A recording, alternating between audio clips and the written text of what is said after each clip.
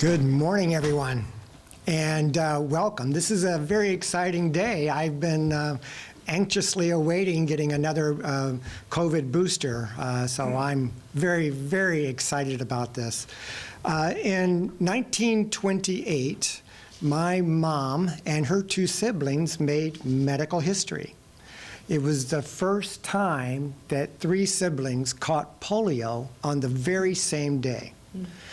And many decades later, when the polio vaccine came out, all 8 of us kids lined up to get the polio vaccine. We were very, very, very excited about that. And now we're all very, very excited about getting this COVID booster. It's so very, very important. We're living at a time where people don't always believe facts. They're more focused on what their beliefs are. And so that's our challenge, is to relay these facts because it will save lives. There is a lot of information on the city's website about the COVID booster. And we believe in making it very, very easy. You just go to cityofchicago.org. It takes you right there, and it gives you all the information you need to line up and get that COVID vaccine. So I'm very, very excited about that. And I'm also very excited now to introduce our mayor, Mayor Lori Lightfoot. Thank you, Joe. Good morning, everyone.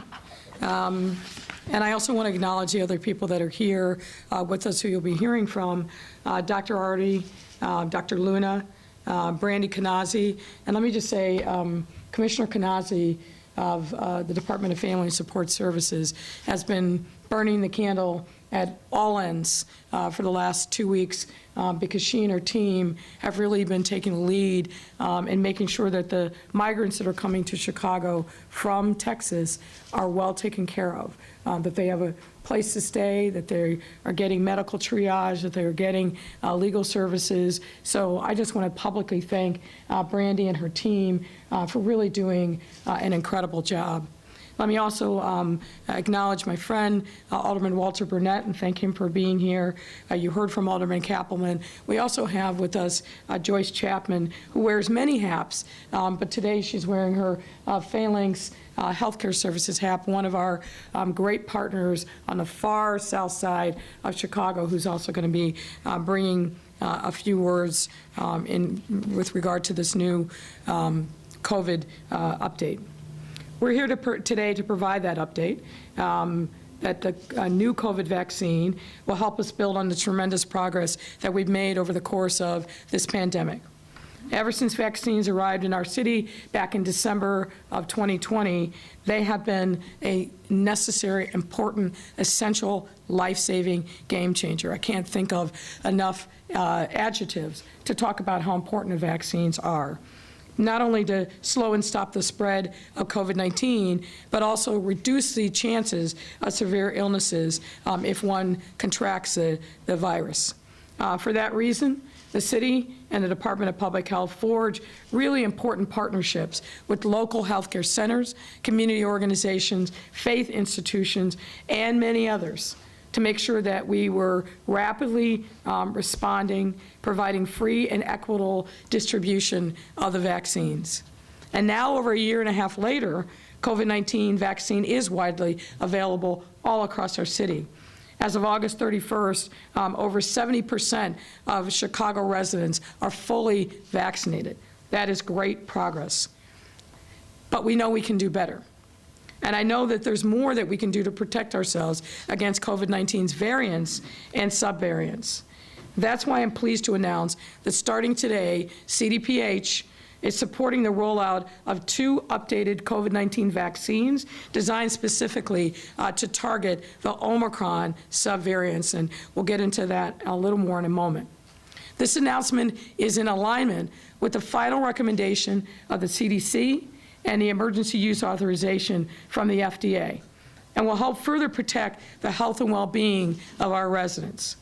And these updated vaccines, called bivalent boosters, are a mix of 2 versions of the vaccine.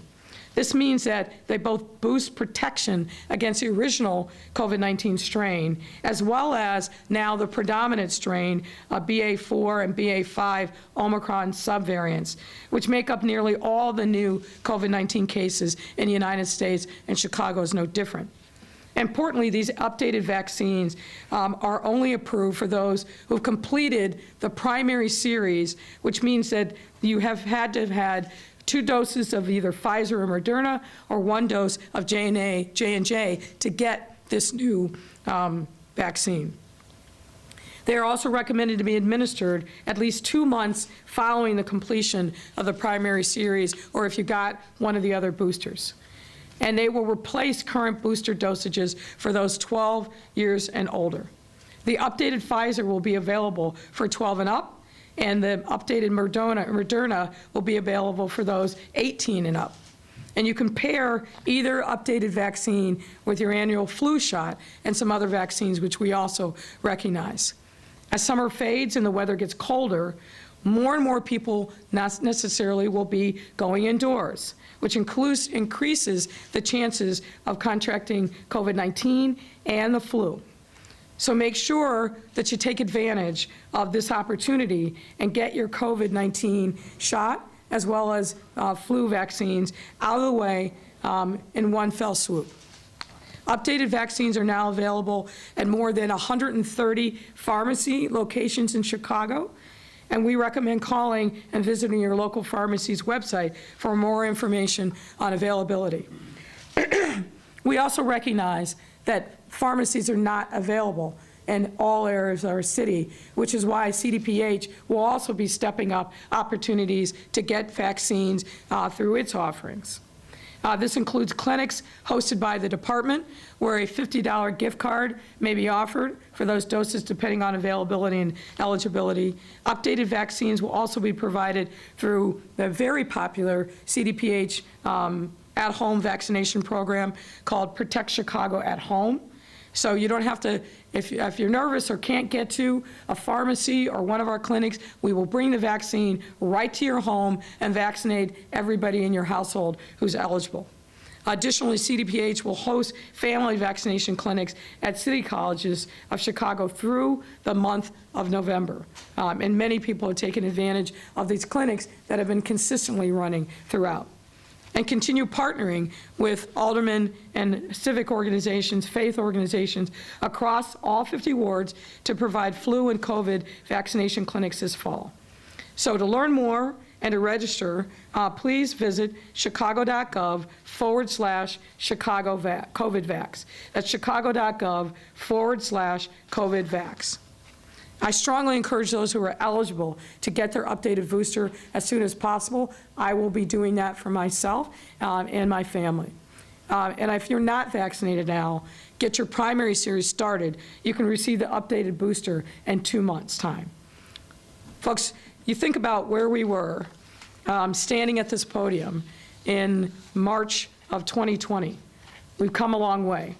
But there's more that we can all do to make sure that we are safe, that our households are safe, that our workplaces are safe, that our city is safe. And this newest vaccine, I think, provides another important opportunity to make sure that we're protected against the predominant variant here in our city of Omicron. So with that, I will bring up to the stage Dr. Allison Arwady. Dr. Arwady. Thank you, Mayor. So it's been a while since we've done a COVID vaccine press conference, but we're doing a press conference because this is a big deal. This updated COVID-19 vaccine is the first time we've had a change to the kind of COVID vaccine you can get. Protection not only against the original strain of COVID, which is what we've been using for all of the vaccines and boosters to date, but now also new protection against Omicron BA4 and BA5. It's fantastic timing.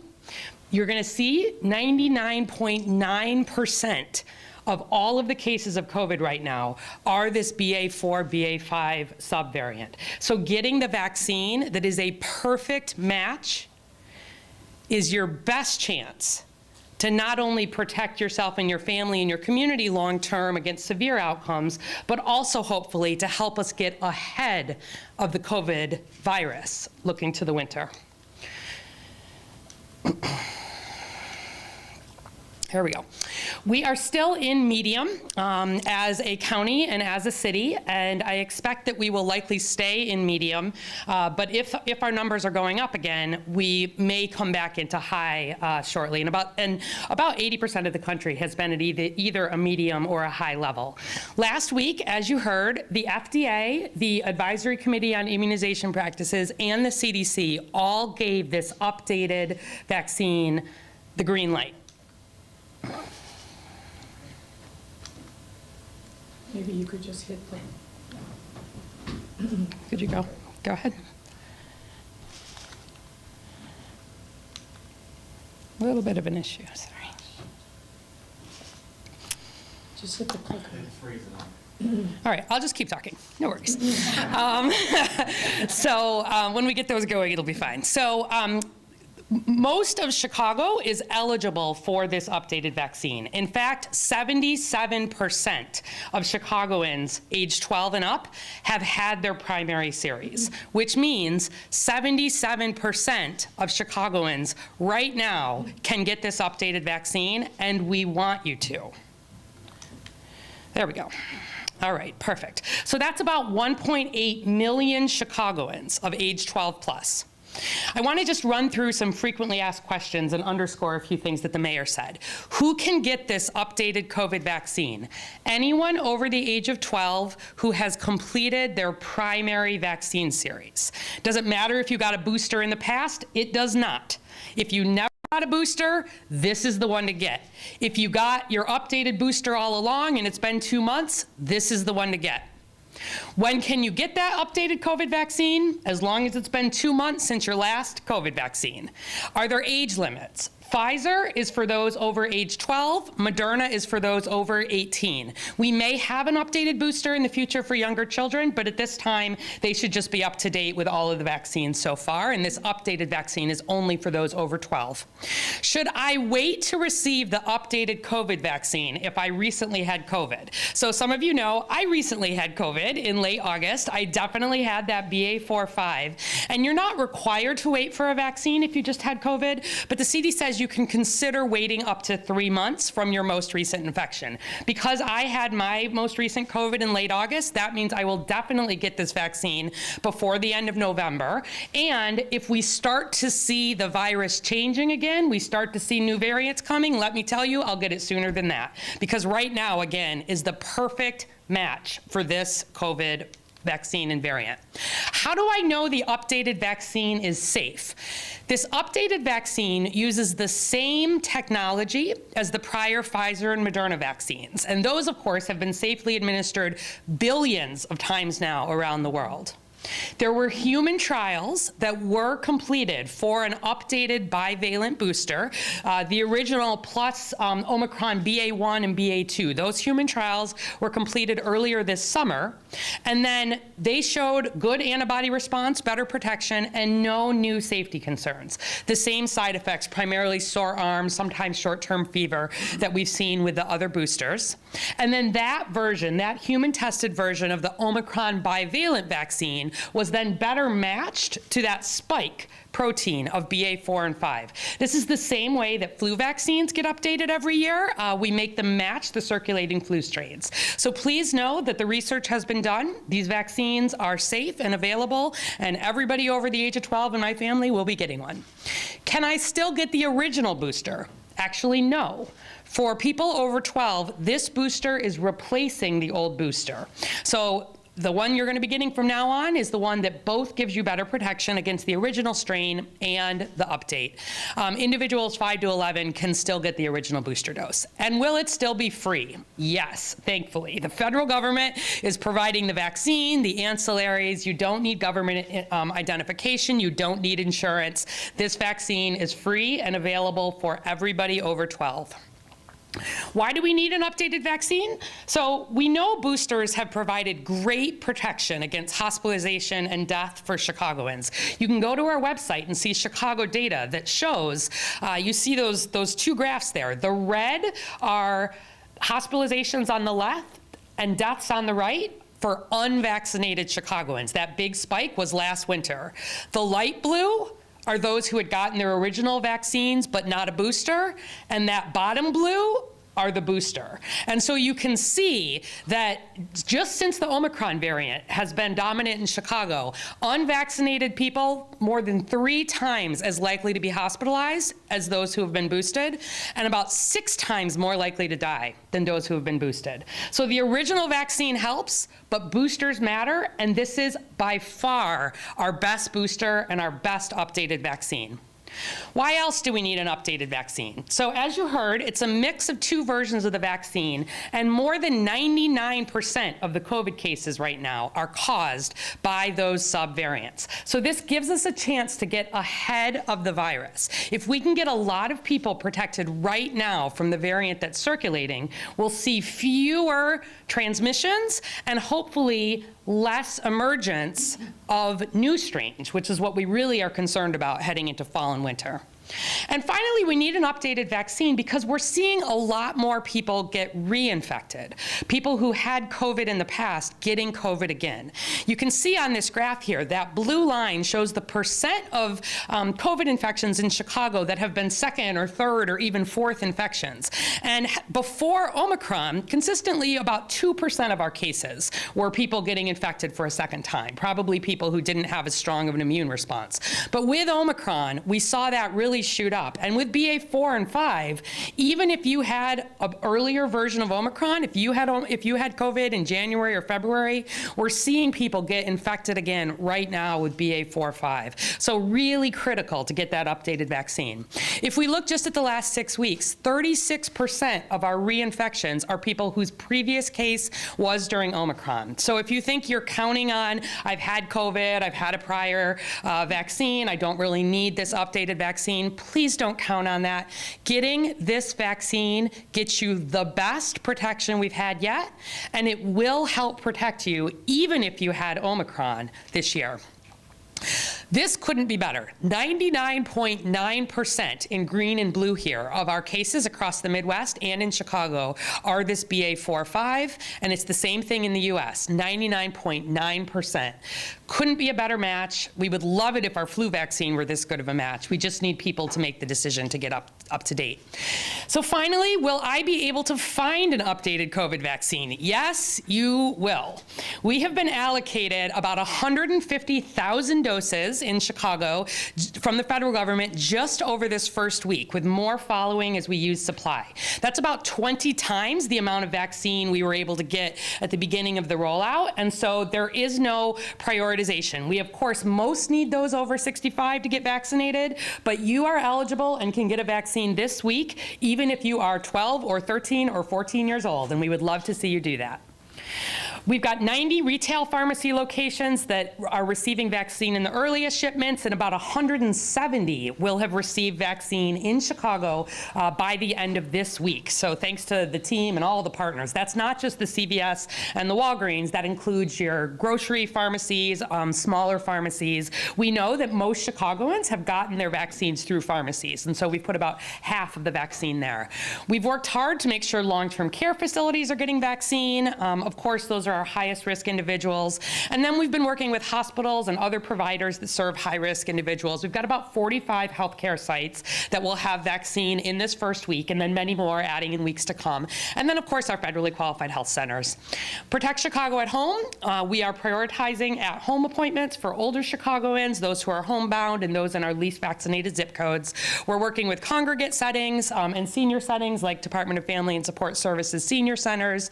CPS is receiving vaccine vaccine through its provider, and then we will be having family vaccination clinics. We will have both updated COVID vaccine and this year's flu vaccine, and we are more than happy at any of these sites to start you on your COVID vaccine if you didn't get your original, and then we can bring you up to date. This Saturday, we will be hosting the first 2 large clinics at Olive Harvey College and Arturo Velasquez Westside Technical Institute, Saturday 9 to 2. You can sign up on chi.gov/COVIDvax. And then lots of equity-focused work, as the mayor said.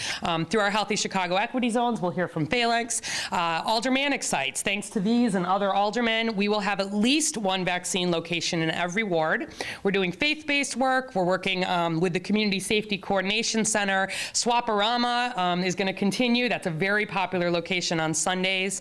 We're going to have City Hall clinics, some other clinics for city employees. CDPH will be hosting some clinics. Our mobile caravan will be out. We have some focused CPD and CFD first responder clinics, and then working with Blue Cross Blue Shield for some Blue Door events. This is just to give you a sense. The blue dots are pharmacies, and you can see that pharmacies in Chicago are really quite concentrated in the Loop and in the North Side area. And so we've worked to fill in hundreds of other dots across the city, and you can go to our website to get a sense. But I want you to hear that no matter where you live in Chicago, there is vaccine available for you near your home, and we will even bring it to your home if it's some of the areas where there are not as many pharmacies. And so just finishing with that, with the updated vaccines, Protect Chicago at Home is, you can sign up through chicago.gov/at-home or give us a call at 312-746-4835. We are initially prioritizing updated vaccine appointments for free for anybody in the city who is over 65 or homebound, as well as anyone living in those eligible zip codes. And we continue to have gift cards, especially for people getting primary series anywhere in the city. We're happy to bring you at your home a first dose or a second dose, and then this is our prioritization for the updated vaccine. So you need a vaccine, you need a booster, you have any questions, our team is staffing this number 7 days a week. Please don't think, oh, this is just more COVID news, I'm really tired of COVID, I don't need to do anything. We need Chicago to get this updated vaccine. It's new, it's different, and it will give better protection than what we've had previously. And with that, I'll bring up Dr. Luna. Thank you, Dr. Muy buenos días a todos. Yo soy la doctora Geraldine Luna, directora médica del Departamento de Salud Pública de Chicago, y hoy les traigo las actualizaciones. Tenemos una muy buena noticia, y es que ahora tenemos disponibles las vacunas actualizadas contra el COVID-19 para proteger a las personas de la variante dominante del coronavirus que circula actualmente en los Estados Unidos. Y a medida que nos acercamos al otoño y al invierno, necesitamos esa protección. Esta vacuna se llama refuerzo bivalente, lo que significa que tiene 2 versiones de la vacuna que protegen inicialmente contra la cepa original del coronavirus y ahora esta nueva protección que tenemos contra las subvariantes B4 y B5 del Omicron, que son el 99.9% de todos los casos registrados en los Estados Unidos. Esta nueva vacuna está aprobada para administrarse en personas de 12 años o más con Pfizer o 18 años o más con Moderna, 2 meses después de quienes completaron su serie primaria o refuerzos con Pfizer, Moderna, Novavax o Johnson & Johnson. Y para aquellas personas que tomaron su serie inicial con cualquier vacuna aprobada por la ONU o la Organización Mundial de la Salud, si viene del extranjero. Los pacientes pueden mezclar y combinar vacunas de la serie primaria de sus refuerzos. También pueden combinar la vacuna actualizada bivalente con su vacuna actual de la gripe o con cualquier vacuna que le quede pendiente, siendo 100% seguras. Esta vacuna actualizada reemplazará las dosis de refuerzos actuales para personas de 12 años de edad o más. Las vacunas actualizadas han cumplido con los estándares más rigurosos de seguridad, eficacia y calidad de fabricación que tiene el sello de aprobación de la Administración Federal de Drogas y Alimentos, o la FDA, y del Centro de Detección y Control de Enfermedades de la CDC. La vacuna estará disponible en Chicago esta semana. Sabemos que los adultos mayores y los pacientes inmunocomprometidos tienen más posibilidad de enfermarse gravemente por este COVID-19 en el momento. Por eso alentamos que sean estas personas que tomen la iniciativa y reciban la vacuna actualizada lo antes posible. Hay muchas maneras de que las personas pueden obtener las vacunas actualizadas. Pueden llamar al sitio web o a su farmacia local o pueden ir a nuestras clínicas del Departamento de Salud, que en un lente de equidad suple esas farmacias o esos lugares donde todavía las farmacias no tienen esa disponibilidad.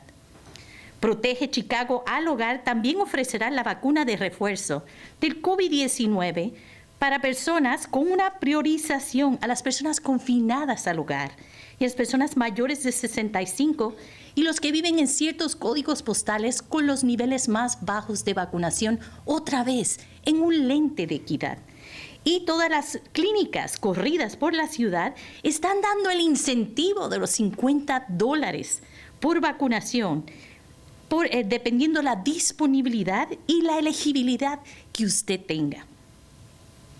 El Departamento de Salud también tiene toda esa información disponible a través de citas al hogar o directamente en nuestras clínicas en chicago.gov/at home, o también puede conseguir las citas en Chicago o chai.gov/COVID-vax o llamando al 312-746-4835 si no tiene conectividad. Le hablamos en el idioma y la cultura que tú y yo entendemos.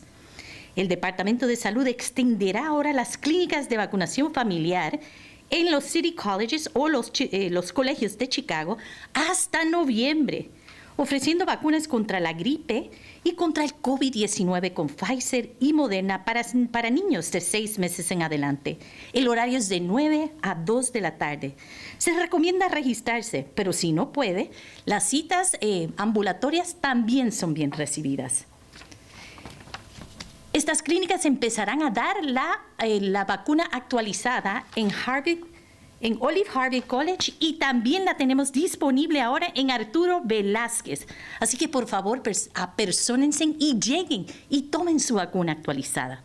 El CDPH o el Departamento de Salud se está asociando con concejales que tenemos aquí presente para incluir la vacuna actualizada del COVID-19 hiperlocalmente donde usted viva. Estas asociaciones incluyen clínicas del Departamento de Servicios Familiares y de Apoyo y otros que tengan entornos congregados para hacérselas llegar a las personas que más lo necesitan con el mínimo de accesibilidad, a menos que nosotros se la hagamos disponible.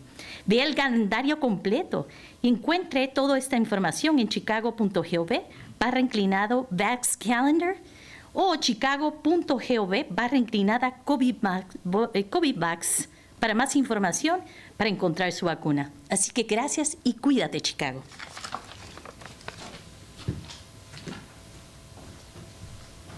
Thank you, Dr. Luna. Good morning. My name is Brandy Kanazi, and it is my honor and pleasure to lead the Chicago Department of Family and Support Services. Our department works to support some of the most vulnerable residents in Chicago, as well as the community-based organizations that serve them. We serve vulnerable and at-risk children, youth, survivors of gender and domestic violence, individuals experiencing homelessness, seniors, and more.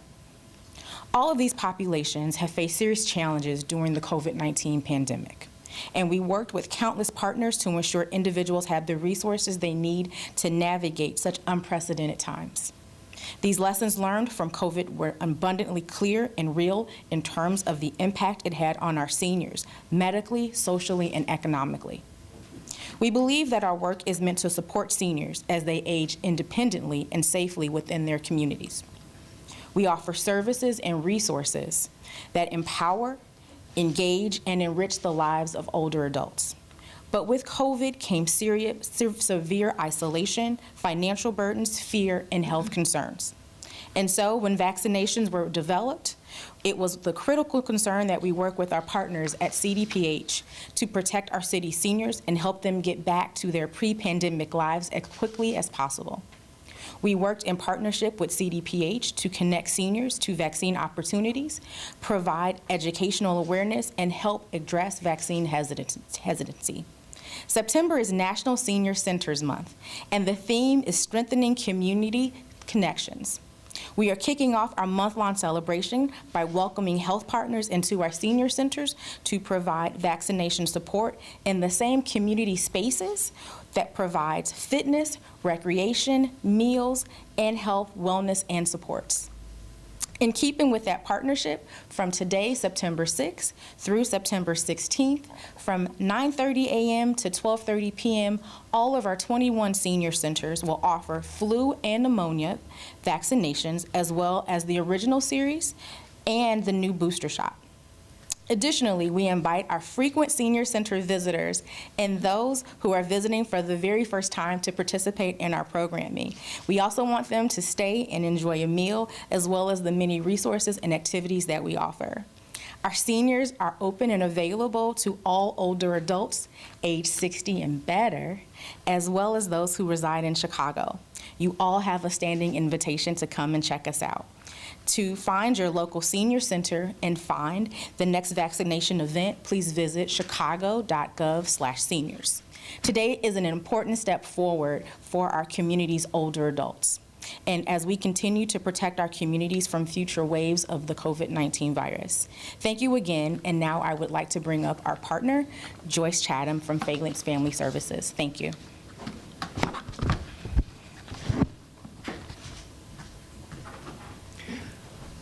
I got to check and see if it's still morning. Good morning, everyone. My name is Joyce Chapman. Thank you, Mayor Lightfoot. Thank you, Commissioner Allwady.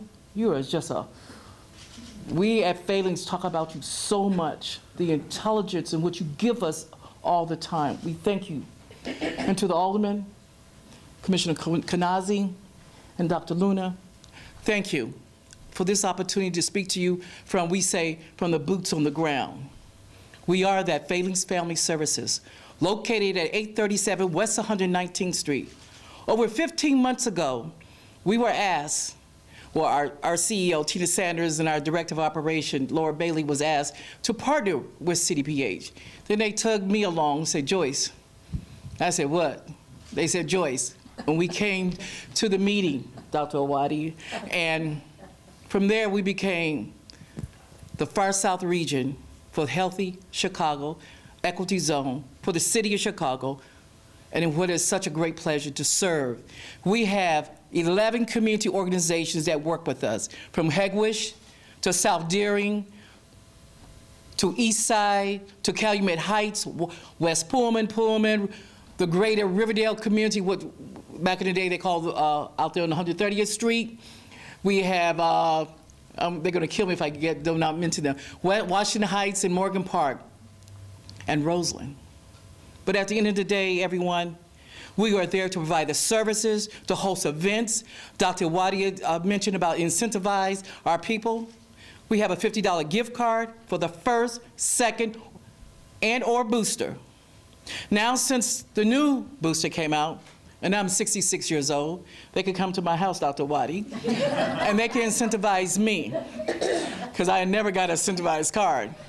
But it's very important. I'm not making light of any of this, but it's very important that everyone as Laura Bailey tells me all the time, Joyce, sometimes you might have to pause, pivot, and turn. And that's what we're doing with the new booster.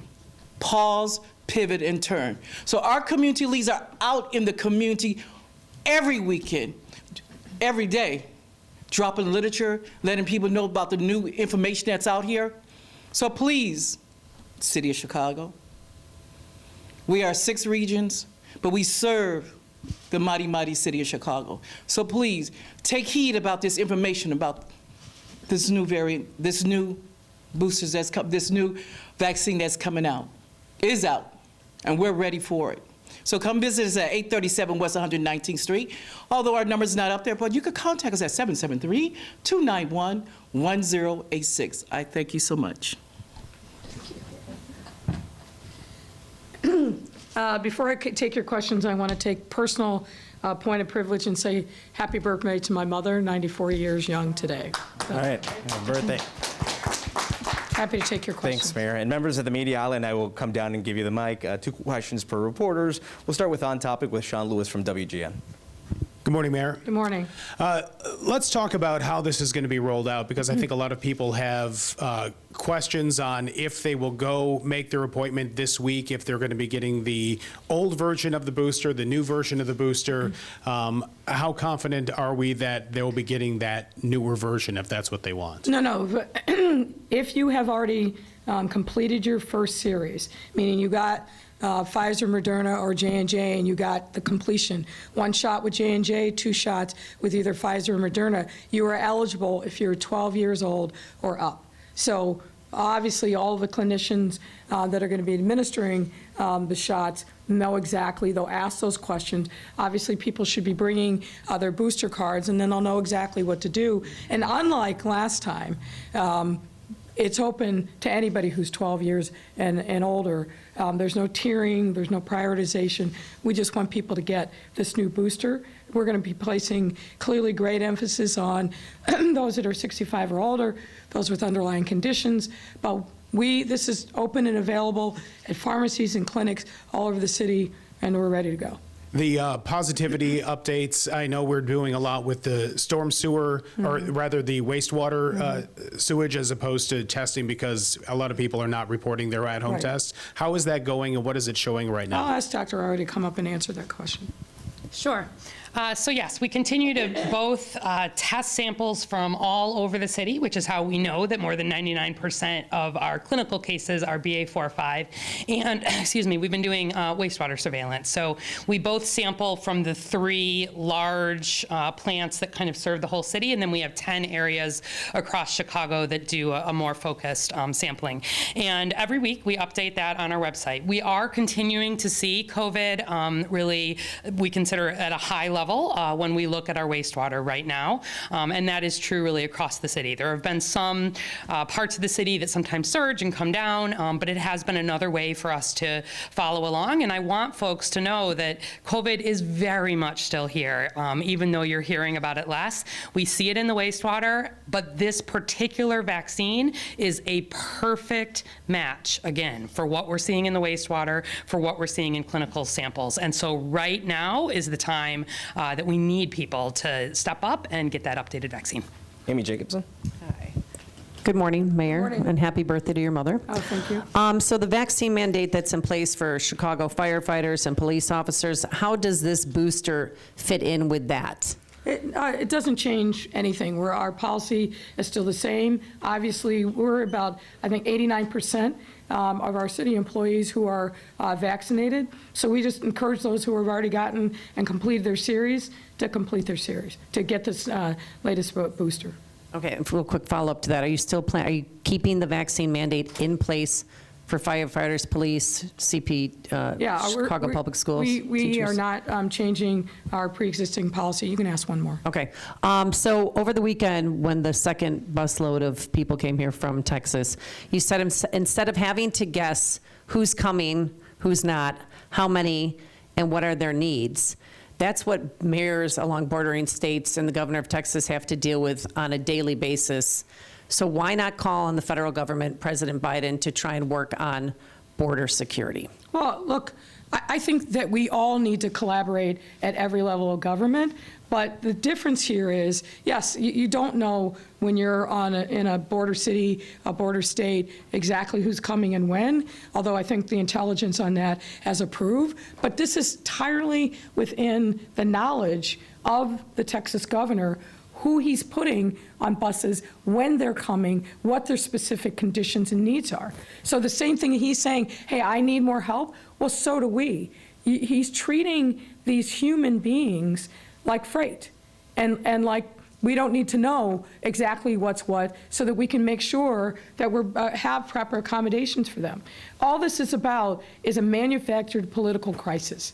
It doesn't need to be this way. If you really wanted to show leadership, leadership would be saying, regardless, I'm going to stand up and I'm going to do X, Y, and Z, and I'm going to then cooperate with the cities and towns and states that I am sending people to there could be a lot of collaboration that works to the benefit of these poor souls that in many instances have been on the road for months seeking refuge from violence, from lack of economic opportunity, from starvation, all the vestiges of poverty and violence that we see, unfortunately, happening in home countries. We all should be on the same page, helping to support human beings who are in search of the same thing that we enjoy as Americans, which is safety and freedom and the ability to just live our lives.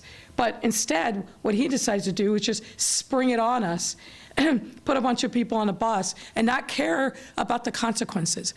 I cannot in good conscience, as a mayor, as a human being, as a person of faith, not care about what happens with these folks. So better collaboration, better communication would go a long way in making sure that we're all reaching the same objective that we should be, which is making sure that these people who have a right to seek asylum in the United States are provided with safety and security when they get here. Sarah Schulte, ABC. Back to the vaccine. Dr. Arwady might want to answer this, I'm not sure. But of the 77% of the Chicagoans who are eligible for the vaccine, what percentage of those do you think needs to get this new booster to avoid a surge in the fall and winter? I don't have a crystal ball, of course. I would love to see 100% of the people get this vaccine who are eligible for it. We know realistically that's unlikely to happen. I continue to have the most concern about neighborhoods and social networks that are less vaccinated at baseline, which is why you hear us talking not just about the updated COVID vaccine, but saying, you know, if you are someone who didn't get a vaccine before, now is also a great time to start, even that original series.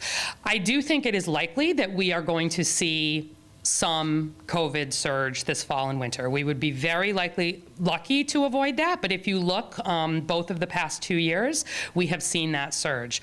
The big question for me is that surge Omicron BA.4 or 5, which we can be very, very protected against now with this new updated vaccine, or will we see the emergence of a new variant? And I don't know for sure. So I think we're in a very good place unless we continue to see very rapid emergence of variants. And so getting vaccinated right now with this updated vaccine is not just about me and my protection, it's about making it harder for new variants to emerge. And so the reason we're emphasizing this so much is that we can't completely control what happens in flu in the winter season. I do think we'll see probably some issues with COVID, but the more people who can get protected right now against the strain that's here right now will, I believe, help limit that surge.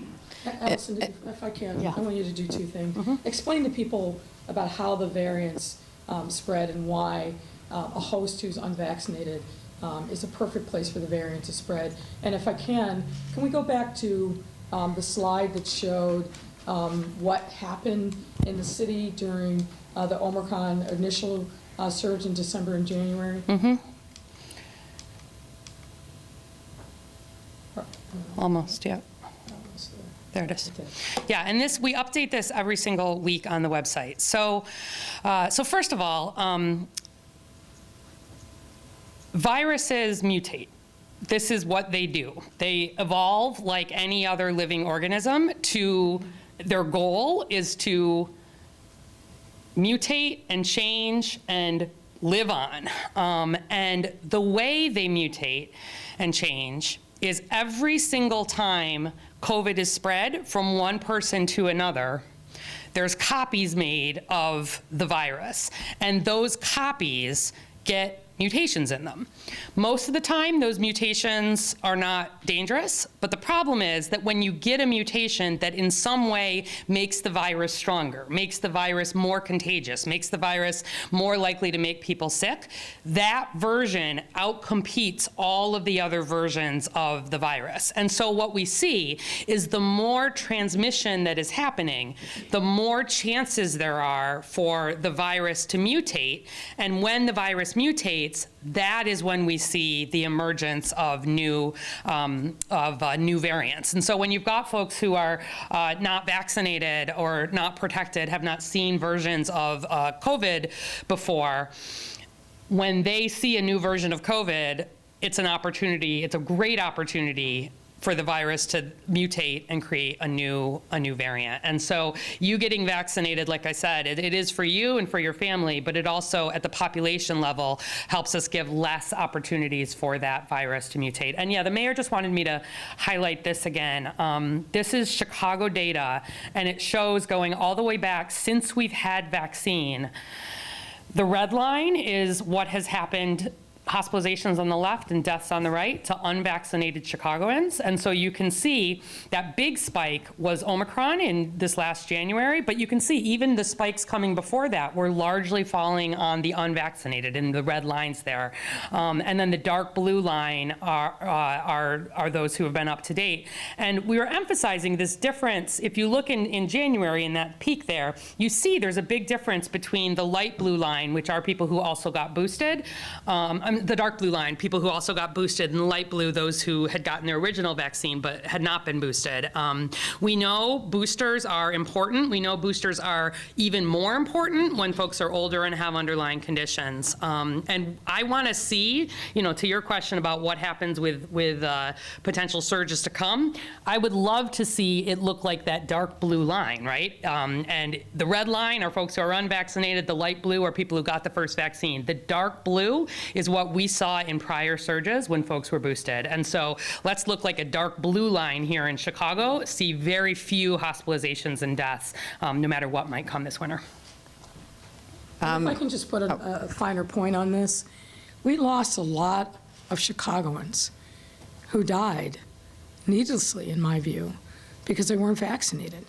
So this gives us, I think, another opportunity to emphasize to folks, COVID's still here.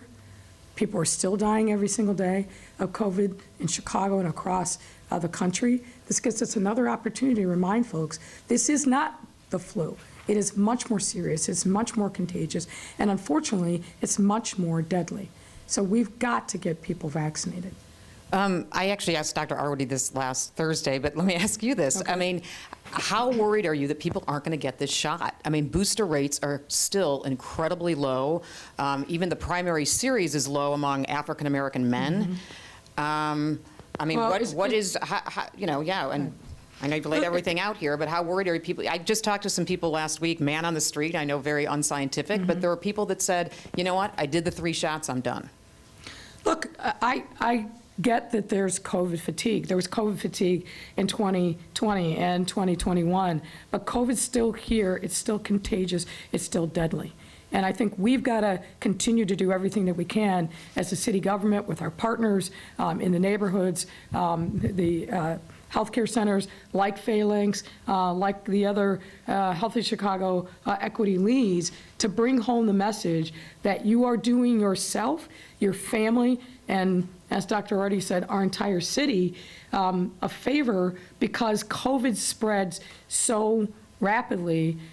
We've got to make sure that we continue to be diligent in getting people vaccinated. This booster is specifically tied to the Omicron variant that is the predominant, as you saw from the charts. So it makes sense to get this. As I said, I'm going to get it as soon as I can, and I'm encouraging others who are eligible to get this booster as soon as you can and be protected against the predominant variant that has been here in Chicago now for some months.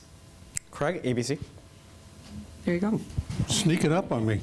I must say that I did like the comment about 60 or better from earlier. I believe that was. I like the reference there.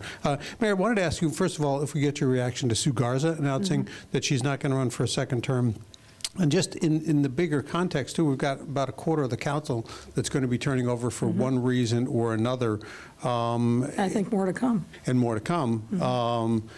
This is going to maybe make the next council a little more independent. Do you agree with that assessment? And how might it impact the second term? I can't look into the crystal ball and tell you who the new members are that are going to be coming to replace. That's what the voters are going to decide through the elections. But look, let me talk about Sue Garza first, and then I'll pan back and talk about the larger issue. What I understand is that Sue sat down, like many of us do, with our families, and made a decision that was in the best interest of her and her family. She has given the full measure, of her being to her ward, to her community, and to the city of Chicago for 31 years. That is a really long time. And she's made a decision that I told her I was proud of, because she sat down and made an assessment about what her priorities were with her family, and they made this decision as a family. And we have to respect that. We also have to respect the work that she's done as a teacher, as somebody who opened up her house literally to the kids of the neighborhood, the kids of her school. You know, if you know anything about Sue Garza, she gives everything 1,000%. And she's made an assessment that now she's going to give her family 1,000% and not share herself with others. And you've got to applaud that. And look, I think, you know, there's been a lot written about the Great Resignation. Aldermen are not indifferent to that. And it's been very difficult over these last couple of years in particular to be a public servant and to be on the front line. They have a job that is very different than anyone else, different than a mayor for sure. And I think a number who have served, and there are some who are dancing a little bit of a jig earlier. I won't speak for him, but he can speak for himself. Have just decided, I want to move on and do something different. And many of them, I think, are going to be the things that have been really the things that they've loved, invest in community, focus on a particular issue. I think you're going to see many of them focus on those things. I think others are just going to say, you know what, I'm going to enjoy my retirement, like some have. So the Great Resignation didn't pass us by. I think people are making decisions about, again, what's in the best interest for them and their family, and particularly if they've been at it for decades, as many have. So, as I said, I expect to see more announcements in the coming days and weeks, and you've got to respect when people make that assessment. You know, a year ago, in an interview, I said running for re-election for me wasn't a gimme, and people lost their minds. But it's not a gimme. When you're on the front line and you are giving the full measure every single day, and particularly in the environment that we're in, this is a tough environment to be an incumbent, to be a public servant, and many people are making the decision that it's time for them to move on and do something else. You'll probably be the first to admit that there has been some contentious moments that you've had with members of the City Council, whether it's Jeanette Taylor or others. Should you win another term with a different council, will you take any kind of different approach to governing? And will it be a kinder, gentler Mayor Lightfoot if there's a second term? I think you overstate the reaction. And you bring up Jeanette Taylor. I have a perfectly good and productive relationship with her. We just saw each other over the course of the weekend. Look, I'm 60 years old. I'm not going to change who I am. I definitely will have and will continue to push people sometimes out of their comfort zone, because that's what our residents are demanding of us. The status quo that I inherited it didn't work for people. It failed most of our residents. And it's challenging when you have somebody sitting on the 5th floor saying, we need to do better. We need to make sure that we're more responsive to our residents. But I think most of the members of City Council understand it, and we've been able to govern together. I don't govern by fiat. I govern with my colleagues in a city council, and we've done tremendous things over the 3+ years that I've been mayor to benefit our residents. We're here today talking about COVID. We work together to make sure that we were meeting residents' need, both in communicating what the aldermen were seeing in their residents, what the needs were, but also to make sure that we were passing legislation that worked for people, whether it was putting dollars into the hands of small business people so their employees could stay employed, whether it's making sure that we had the right resources in public health and the Department of Family and Support Services. The list is on, making sure that employers were respecting time off for getting vaccinated, or if they had COVID, making sure that they weren't retaliated against, or as, for example, when the hospitality industry started opening back up, making sure that those workers had first dibs on getting their jobs back. There are a number of things that we have done to help the residents of our city every single day by working together. And we can't get that done unless we have a relationship, unless we are sitting down at the table. We're not going to agree on every issue, but we don't have to. It's a democracy. We debate, and then we compromise. And that is, frankly, I think the beauty of our democratic system is that we bring people from different walks of life, different experiences, but bottom line is our focus has to be on what is in the best interest of our residents. And I'm proud of the work that we've done now in 3.5 years. And we'll keep making that case to the voters. Thanks, Mayor. AD Quigg, Tribune. Alderman Burnett, anything you want to tell us today? Not me. I'm running for re-election. Okay, good to know. We'll note that. Mayor Lightfoot, have you or anyone in your office spoken with Governor Abbott or anyone in his office since this started in an attempt to coordinate? And have there been any talks with federal officials about what's been going on? I'll take the second part of your question. Yeah, we talk with our federal partners on a regular basis, individually, through briefings, and not only our federal legislative partners, but we have been talking to folks at the White House, and I'm going to Washington later this week and going to be sitting down with some of the folks to describe for them what the conditions are on the ground here in Chicago, but also make sure that federal help is coming, not just to Chicago, but in all the cities and states that are welcoming cities and states, to make sure that we've got the resources that we need. But I think the level of understanding and collaboration is quite good. I'd love to have a conversation with Governor Abbott. I'd have a long list of things on my agenda, but I've been speaking, obviously, to him publicly about let's just treat each other with respect. Let's treat the people who are traveling across our country with respect, and look for an opportunity to have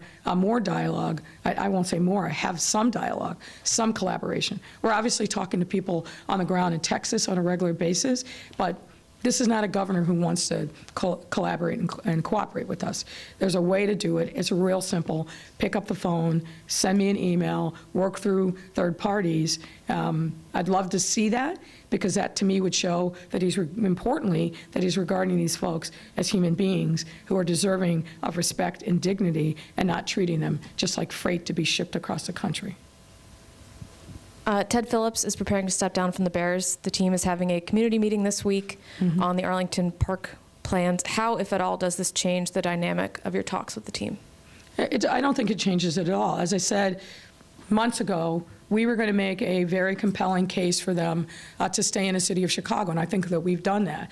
And we're going to continue our discussions. We're going to continue our discussions excuse me, with the league. But as you know, I'm somebody who likes to plan. So we've got Plan B, Plan C, and others in the works as well if the Bears decide that they're going to abandon the city of Chicago. I hope they don't, and we're going to keep fighting that fight as long as we possibly can. Heather, WTTW. Hi, Mayor. A WTTW news analysis found that the expanded and extended curfew the City Council approved at your request was enforced only 4 times between mid-May and mid-August. Does that data lead you to conclude that that was an ineffective attempt to fight crime in Chicago? No, I mean, as I understand what you just said, it sounds like you're judging quote-unquote success by the number of people who were either arrested or given some kind of administrative notice. I don't view it that way, because as I said at the very beginning, this is not about being punitive at all.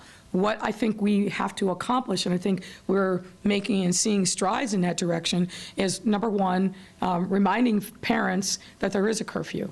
When we were initially talking about this, a lot of parents didn't even know that there was a curfew. Number two is making sure that the young people themselves know that there's a curfew. And the bigger issue is making sure that we shut down as many of these big, huge gatherings where young people were traveling aimlessly across the city and not respecting themselves, others, or property. And I think we've seen a significant diminution in a number of those incidents since we did a full-throated public engagement campaign and changed the curfew. And remember, what we did is we made the weekend hours the same as the weekday hours. So that small gesture, I think, and that small change, I think, really benefited us. And look, and the other thing that I hope you talk to some police officers about this, excuse me, the vast majority of kids that are out after curfew, and policemen see them, they say, hey, it's curfew, you need to get on home. And the young people say, okay, I'm on my way. That's what should happen.